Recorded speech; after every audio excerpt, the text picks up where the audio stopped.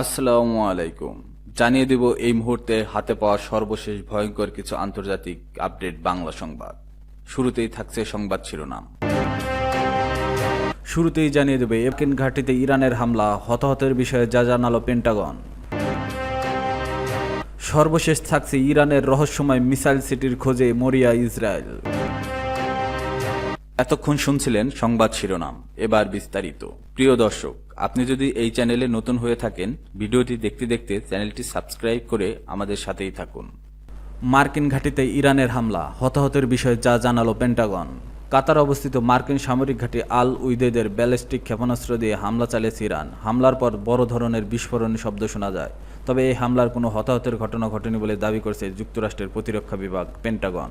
একজন শীর্ষ মার্কিন প্রতিরক্ষা কর্মকর্তা জানিয়েছে, ইরান থেকে বেশ কিছু স্বল্প ও মাঝারি পাল্লার ক্ষেপণাস্ত্র কাতারের রাজধানী দোহার উপকণ্ঠে অবস্থিত এই ঘাঁটিকে লক্ষ্য করে ছোড়া হয়। তবে হামলায় ঘাঁটির কোনো উল্লেখযোগ্য ক্ষয়ক্ষতি হয়নি এবং এখনও পর্যন্ত কোনো সেনা সদস্যের হতাহতের খবর পাওয়া যায়নি। পেন্টাগনের মুখপাত্র বলেন, আমরা পরিস্থিতি নিবিড়ভাবে পর্যবেক্ষণ করছি। যে কোনো নতুন তথ্য হলে তা যথাসময়ে জানানো হবে। আরেক প্রতিবেদনে বার্তা সংস্থা রয়টার্স মার্কিন সামরিক কর্মকর্তাদের উদ্ধৃতি দিয়ে জানিয়েছে, এই হামলা দোহা শহরের খুব কাছেই ঘটলেও ঘাঁটির কার্যক্রমে তেমন কোনো প্রভাব পড়েনি। উল্লেখ্য, দোহার দক্ষিণ পশ্চিমাঞ্চলে অবস্থিত আল উইদেদ বিমান ঘাঁটি যুক্তরাষ্ট্রের সেন্ট্রাল কমান্ডের ফরওয়ার্ড হেডকোয়ার্টার হিসেবে ব্যবহৃত হয়। 1996 সালে প্রতিরক্ষা চুক্তির মাধ্যমে প্রতিষ্ঠিত এই ঘাঁটিতে বর্তমানে প্রায় 10,000 মার্কিন সেনা মোতায়েন রয়েছে, যা মধ্যপ্রাচ্যে যুক্তরাষ্ট্রের বৃহত্তম সামরিক উপস্থিতি। মার্কিন ঘাঁটিতে ইরানের হামলার পর মধ্যপ্রাচ্য জুড়ে নতুন করে উত্তেজনার আশঙ্কা দেখা দিয়েছে বলে মনে করছেন বিশ্লেষকেরা। ইরানের রহস্যময় মিসাইল সিটির খোঁজে মরিয়া ইসরায়েল। মধ্যপ্রাচ্যের উত্তেজনা এখন সর্বোচ্চ চূড়ায়। ইসরায়েলের প্রথমে হামলা চালিয়েছে ইরানে, পাল্টা জবাবে প্রতিদিনই রকেট ছুড়েছে তেহরান। এরই মধ্যে যুক্তরাষ্ট্র ইসরায়েলকে সমর্থন জানিয়ে শনিবার রাতে আঘাত এনেছে ইসরায়েলের বেশ কয়েকটি পরমাণু স্থাপনায়। তবে এত সব হামলার পরও থেমে নেই ইরান, নিয়মিতভাবে পাল্টা হামলা চালিয়ে যাচ্ছে। বিশ্লেষকরা বলছেন, ইরানের এই অব্যাহত জবাব দেওয়ার পেছনে অন্যতম শক্তির উৎস হল তাদের ভূগর্ভস্থ মিসাইল সিটি। ইরান তার দুর্গম ও পর্বতময় অঞ্চলের নিচে গড়ে তুলেছে গোপন সুড়ঙ্গের বিস্তৃত জাল। দেশটির ইসলামী বিপ্লবী গার্ড বাহিনী আইআরজিসি যেসব ভূগর্ভস্থ অস্ত্র ঘাঁটি গড়ে তুলেছে সেগুলোর নাম মিসাইল সিটি। এই ঘাঁটিগুলোর গোপনে মজুত রাখা হচ্ছে ব্যালিস্টিক ক্রুজ ক্ষেপণাস্ত্র, ড্রোন, বিমান প্রতিরক্ষা ব্যবস্থা, এমনকি কিছু যুদ্ধ জাহাজও। এগুলোর মধ্যে কিছু ঘাঁটি আবার সরাসরি ক্ষেপণাস্ত্র উৎপাদনের কেন্দ্র হিসেবে ব্যবহৃত হয়। আইআরজিসি প্রকাশিত তথ্য অনুযায়ী এসব ঘাঁটির কোনোটি মাটির 500 মিটার গভীরে নির্মিত, যার উপরে রয়েছে একাধিক স্তরের কংক্রিটের সুরক্ষা সুড়ঙ্গগুলো একে অপরের সঙ্গে সংযুক্ত এবং দেশব্যাপী ছড়িয়ে রয়েছে। চলতি মাসের 13 জুন থেকে ইসরায়েলের ধারাবাহিক ইরানের পরমাণু ও সামরিক স্থাপনায় হামলা চালিয়ে যাচ্ছে। যদিও এত কিছু কমান্ডার নিহত হয়েছে, তবে এখনও পর্যন্ত মিসাইল সিটিগুলোতে বড় কোনো ক্ষয়ক্ষতির তথ্য পাওয়া যায়নি, কারণ এসব ঘাঁটি এতটাই গভীরে ও গোপনে যে মার্কিন ইসরায়েলি গোয়েন্দা সংস্থার কাছেও সেগুলোর অবস্থান নিশ্চিত নয়। যুক্তরাষ্ট্রভিত্তিক থিঙ্ক ট্যাঙ্ক এফডিডি এর বিশ্লেষক বেহনাম বেন তেলেবু বলেন, উপগ্রহের নজর এড়িয়ে মজুত ও উৎক্ষেপণ করার উপযোগী করে ঘাঁটিগুলো নির্মাণ করা হয়েছে। সেগুলো নিশ্চিত করাই এখন সবচেয়ে বড় চ্যালেঞ্জ।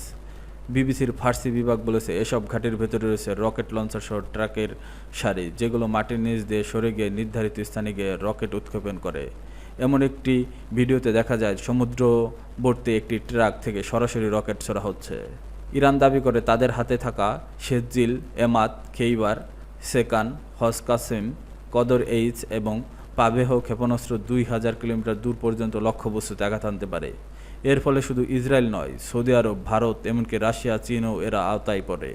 2024 সালের এপ্রিল মাসে ইরান যখন ইসরায়েলের উপর হামলা চালায়, তখন এমাদ মিসাইল দিয়েই নেভাতিম বিমান ঘাঁটিতে বড় ধরনের আঘাত হানা হয়। পাশাপাশি শেরজিল ক্ষেপণাস্ত্র দিয়ে ইসরায়েলের আকাশ প্রতিরক্ষা ব্যবস্থাকেও চ্যালেঞ্জ জানানো হয়েছিল।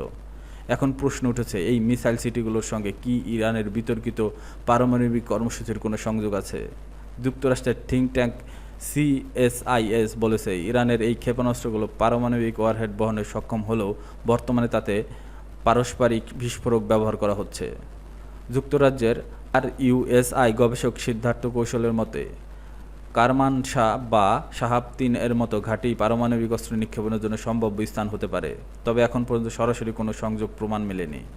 ISW এর তথ্য মতে, ইরান এখন পর্যন্ত প্রায় 370টি ক্ষেপণাস্ত্র ব্যবহার করছে, যার বড় একটি অংশ এসেছে এই মিসাইল সিটি ঘাঁটি থেকেই। তবে সংঘাতের এই সময় হার কিছুটা কমে গেছে। সামরিক বিশ্লেষকদের মতে, এর কারণ ইসরায়েলের আঘাতে কিছু উৎক্ষেপণ কেন্দ্র ক্ষতিগ্রস্ত হওয়া। সম্প্রতি ইসরায়েল খোররামাবাদ, কারমানশাহ ও তাবরিজে ইরানের ভূগর্ভস্থ ঘাঁটিতে হামলা চালিয়েছে বলে জানা গেছে, কিন্তু এখন পর্যন্ত এসব ঘাঁটির সংখ্যা, অবস্থান ও কার্যক্রম পূর্ণ চিত্র স্পষ্ট নয়। তেহরান থেকে প্রকাশিত তথ্য ও বিশ্লেষকদের ভাষ্য অনুযায়ী ইরানের মিসাইল সিটিগুলো শুধু অস্ত্রের গুদাম নয়, এগুলো এখন প্রতিরোধের প্রধান ভারকেন্দ্র। এই ঘাঁটিগুলোর অস্তিত্ব ইসরায়েল ও যুক্তরাষ্ট্রের জন্য একটি বিরাট কৌশলগত চ্যালেঞ্জ, কারণ এখান থেকে ইরান অদৃশ্য ঘাঁটি থেকে মুহূর্তেই ছুড়ে পড়ে বিধ্বংসী রকেট। এখন দেখার বিষয়, ইসরায়েল কি সত্যিই এসব অদৃশ্য অস্ত্র ঘাঁটি খুঁজে বের করে ধ্বংস করতে পারবে, নাকি ইরানের এই ভূগর্ভস্থ মিসাইল সিটির পরিণত হবে মধ্যপ্রাচ্যের ভবিষ্যৎ যুদ্ধের টার্নিং পয়েন্ট।